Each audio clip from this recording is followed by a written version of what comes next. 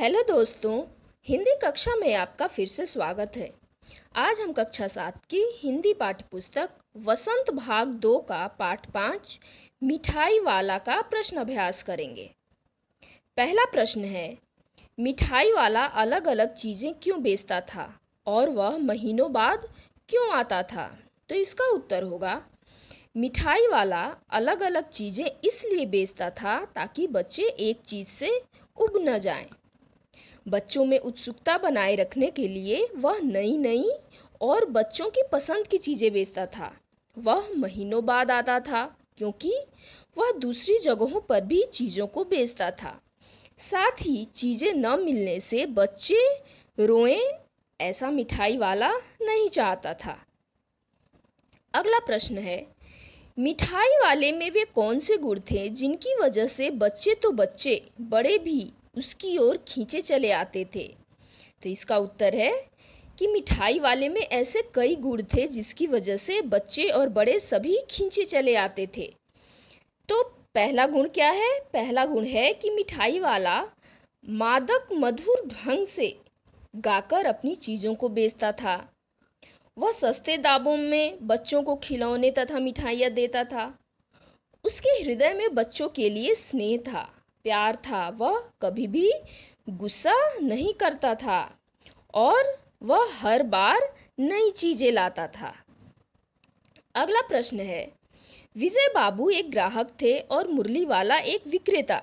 दोनों अपने अपने पक्ष के समर्थन में क्या क्या तर्क पेश करते हैं? तो इसका उत्तर होगा कि एक ग्राहक के रूप में विजय बाबू अपना तर्क पेश करते हुए कहते हैं कि तुम लोगों को झूठ बोलने की आदत होती है।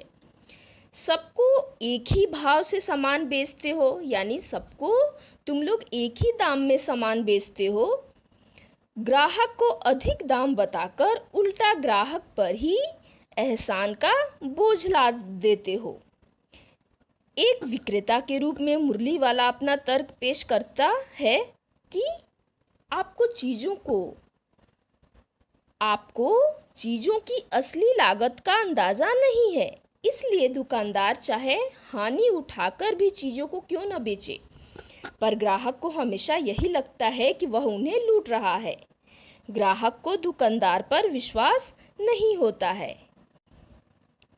अगला प्रश्न है, खिलौने वाले के आने पर बच्चों की क्या प्रतिक्रिया होती थी? तो इसका उत्तर होगा, खिलौने वाले के आने पर बच्चे खिलौने देखकर खुश हो जाते थे। बच्चों का झुंड खिलौने वाले को चारों तरफ से घेर लेता था। वे पैसे लेकर खिलौने का मोल भाव करने लगते थे। खिलौने पाकर बच्चे खुशी से उछलने कूदने लगते थे। तो खिलौने वाले के आने पर बच्चों की ये प्रतिक्रिया होती थी। तो अगला प्रश्न है, रोहिणी को मुरली वाले के स्वर से खिलौने वाले का स्मरण क्यों हो आया? तो इसका उत्तर होगा, मुरली वाला भी खिलौने वाले की तरह ही मधुर स्वर में गा गाकर खिलौने बेच रहा था। रोहिणी को मुरली वाले का स्वर जाना पहचाना लगा, इसलिए उसे खिलौने वाले का स्मरण हो आया। अगला प्रश्न है, किसकी बात सुनकर मिठाई वाला भावुक हो गया था? उसने इन व्यवसायों को अपनाने का क्या कारण बताया? तो इसका उत्तर होगा, रोहिणी की बात सुनकर मिठाई वाला भावुक हो गया। वह बताता है कि इन बच्चों में ही उसे अपने बच्चों की झलक मिल जाती है। उसे ऐसा लगता है कि उसके बच्चे इन्हीं में कहीं हंस खेल रहे हैं। यदि वो ऐसा नहीं करता तो उनकी याद में घुल घुल कर मर जाता, क्योंकि उसके बच्चे अब जिंदा नहीं थे। इसी कारण उसने इस व्यवसाय को अपनाया जिसमें वह बच्चों की पसंद की चीज़ें बेचता था। अगला प्रश्न है, अब इस बार ये पैसे न लूँगा, कहानी के अंत में मिठाई वाले ने ऐसा क्यों कहा? तो इसका उत्तर होगा कि कहानी के अंत में रोहिणी द्वारा मिठाई के पैसे मिठाई वाले ने लेने से मना कर दिया, क्योंकि मिठाई वाले ने रोहिणी और दादी माँ को अपनी कहानी सुनाई और चुन्नू और मुन्नू को देखकर उसे अपने बच्चों का स्मरण हो आया। उसे ऐसा लगा मानो वो अपने बच्चों को ही मिठाई दे रहा है। अगला प्रश्न है, इस कहानी में रोहिणी चिक के पीछे से बात करती है। चिक का अर्थ होता है पर्दा। क्या आज भी औरतें चिक के पीछे से बात करती हैं? यदि करती हैं तो क्यों? आपकी राय में क्या यह सही है? तो इसका उत्तर हो सकता है कि आज भी कुछ औरतें चिक के पीछे से बात करती हैं, जैसे ग्रामीण महिलाएं तथा कुछ मुस्लिम परिवारों की महिलाएं भी ऐसा करती हैं, क्योंकि उनमें पर्दा प्रथा का प्रचलन आज भी है। आज के समाज में पर्दा प्रथा सही नहीं है। इसका प्रचलन अब तो धीरे धीरे कम हो रहा है, लेकिन यह प्रथा महिलाओं के प्रति भेदभाव को दिखाता है और यह उनकी प्रगति में बाधक है। अगला प्रश्न है, मिठाई वाले के परिवार के साथ क्या हुआ होगा? सोचिए और इस आधार पर एक और कहानी बनाइए। तो इसके उत्तर में एक छोटी सी कहानी यहाँ पे दी गई है। आप कोई दूसरी अन्य कहानी भी बना सकते हैं।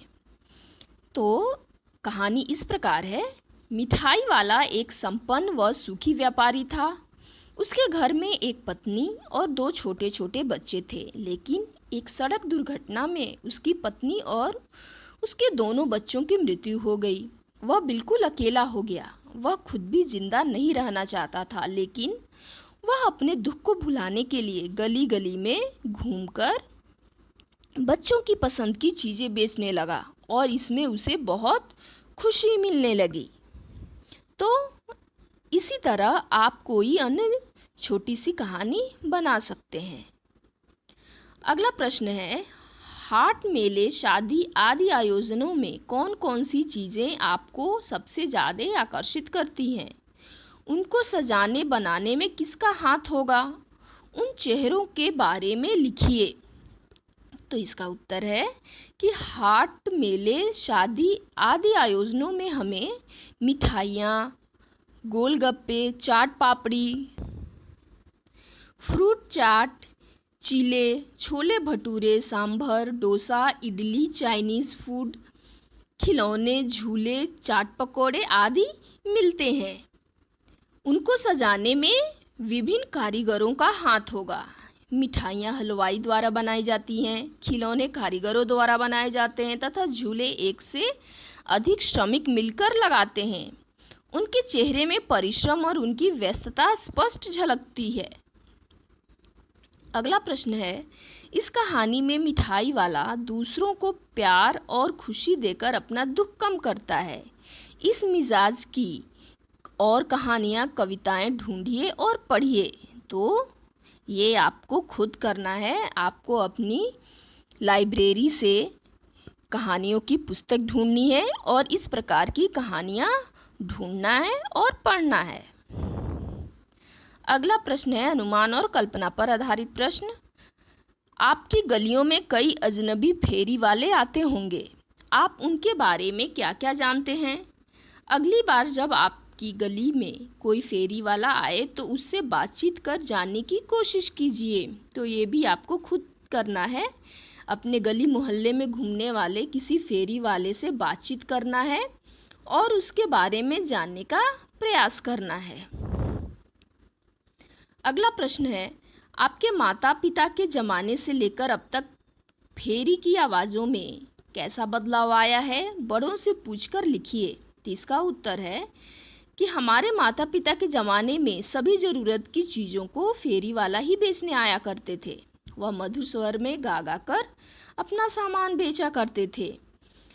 फेरी वाला प्रायः सभी तरह की वस्तुएं लाया करते थे, लेकिन आजकल फेरी वालों की संख्या में काफ़ी कमी आ गई है। लोग प्रायः ब्रांडेड सामान खरीदना पसंद करते हैं, अतः वे अधिकतर दुकान से सामान लाते हैं। फेरी वाले पहले की तरह मधुर स्वर में गाते हुए भी नहीं चलते हैं। अब उनके मीठे स्वर में कमी आ गई है। अगला प्रश्न है, आपको क्या लगता है वक्त के साथ फेरी के स्वर कम हुए हैं? कारण लिखिए। तो इसका उत्तर है बिल्कुल, वक्त के साथ फेरी वालों के स्वर कम हुए हैं, क्योंकि लोग बाहर निकलने लगे हैं। वे अपना सामान खरीदने दूर दूर तक जाते हैं। लोगों की रुचियां बदल गई हैं और फेरी वालों को भी इस व्यापार में उतना फायदा नहीं होता है। भाषा की बात। पहला प्रश्न है, मिठाई वाला, बोलने वाली गुड़िया। दो वाक्यांश दिए गए हैं। ऊपर वाला का प्रयोग है। अब बताइए कि वाला से पहले आने वाले शब्द संज्ञा, सर्वनाम, विशेषण आदि में से क्या है? ऊपर लिखे वाक्यांशों में उनका क्या प्रयोग है? तो मिठाई वाला जो है, इसमें वाला से पहले आने वाला शब्द क्या है? संज्ञा। वाला से पहले आने वाला शब्द है मिठाई, तो मिठाई एक संज्ञा है। बोलने वाली गुड़िया, तो बोलने वाली विशेषण शब्द है और गुड़िया शब्द क्या है? संज्ञा है। और ऊपर वाले वाक्यांश में उनका प्रयोग किसी व्यक्ति और वस्तु के लिए हुआ है। अगला प्रश्न है, अच्छा मुझे ज़्यादा वक्त नहीं, जल्दी से दो ठो निकाल दो। उपर्युक्त वाक्य में ठो के प्रयोग की ओर ध्यान दीजिए। पूर्वी उत्तर प्रदेश और बिहार की भाषाओं में इस शब्द का प्रयोग संख्यावाची शब्द के साथ होता है। जैसे भोजपुरी में एक ठो लइका, चार ठे आलू, तीन ते बटुली।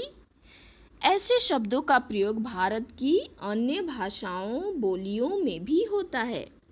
कक्षा में पता कीजिए कि किस किस की भाषा बोली में ऐसा है। इस पर सामूहिक बातचीत कीजिए। तो ये कार्य भी विद्यार्थी स्वयं करेंगे। अपनी कक्षा में हर विद्यार्थी एक दूसरे से बातचीत करेगा और पता करेगा कि उनकी भाषा में क्या ठो शब्द का प्रयोग होता है। प्रश्न नंबर 3, वे भी जान पड़ता है पार्क में खेलने निकल आए हैं। क्यों भाई? किस तरह देते हो मुरली? दादी, चुन्नू मुन्नू के लिए मिठाई लेनी है, जरा कमरे में चलकर ठहराओ। भाषा के ये प्रयोग आजकल पढ़ने सुनने में नहीं आते। आप ये बातें कैसे कहेंगे?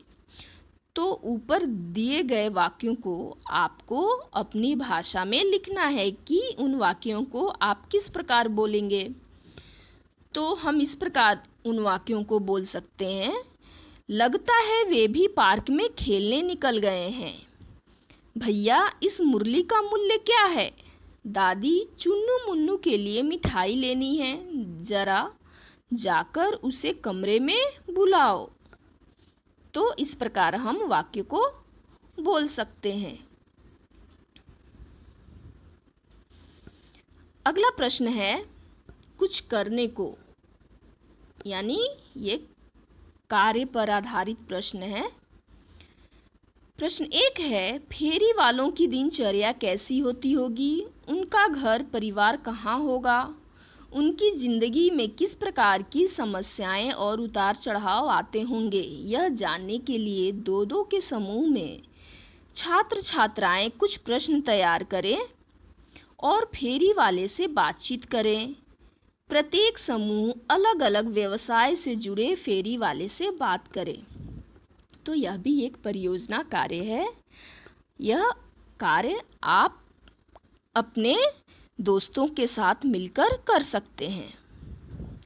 अगला प्रश्न है कि इस कहानी को पढ़कर क्या आपको यह अनुभूति हुई कि दूसरों को प्यार और खुशी देने से अपने मन का दुख कम हो जाता है? समूह में बातचीत कीजिए। तो इसका उत्तर हो सकता है कि हाँ, हमें बिल्कुल ऐसा ही महसूस होता है। फेरी वाले के जीवन से इस बात का पता चलता है कि दूसरों को प्यार और खुशी देने से दुख कम हो जाता है। जैसे वह दूसरे बच्चों को जब उनकी पसंद का सामान ला कर बेचता तो उनके चेहरे पर खुशी की लहर देखकर उसे संतोष, धैर्य और सुख की अनुभूति होती थी। वह उन्हीं में अपने बच्चों की झलक देखता था। इसलिए कहा भी है कि दुख बांटने से कम होता है। तो यह बिल्कुल सही बात है कि दूसरों को प्यार और खुशी देने से हमें खुद खुशी महसूस होती है और हमारा दुख कम होता है। अगला प्रश्न है, अपनी कल्पना की मदद से मिठाई वाले का चित्र शब्दों के माध्यम से बनाइए। तो मिठाई वाले का चित्र शब्दों के माध्यम से इस प्रकार हम बना सकते हैं कि मिठाई वाला एक लंबा दुबला पतला शरीर वाला, भूरी भूरी आँखों वाला, सिर पर टोकरी रखे हुए, पैरों में चप्पल, पजामा कुर्ता पहने, कंधे पर गमछा लिए चलता होगा। वह सिर पर पगड़ी बांधता होगा, उसके कंधे पर फेरी का सामान होता होगा, और जब वह मीठे स्वर में आवाज़ लगाते हुए गलियों में आता होगा तो बच्चे दौड़कर उसे घेर लेते होंगे। तो इसके साथ ही इस पाठ का प्रश्न अभ्यास खत्म होता है। अगले वीडियो में हम फिर मिलेंगे। धन्यवाद।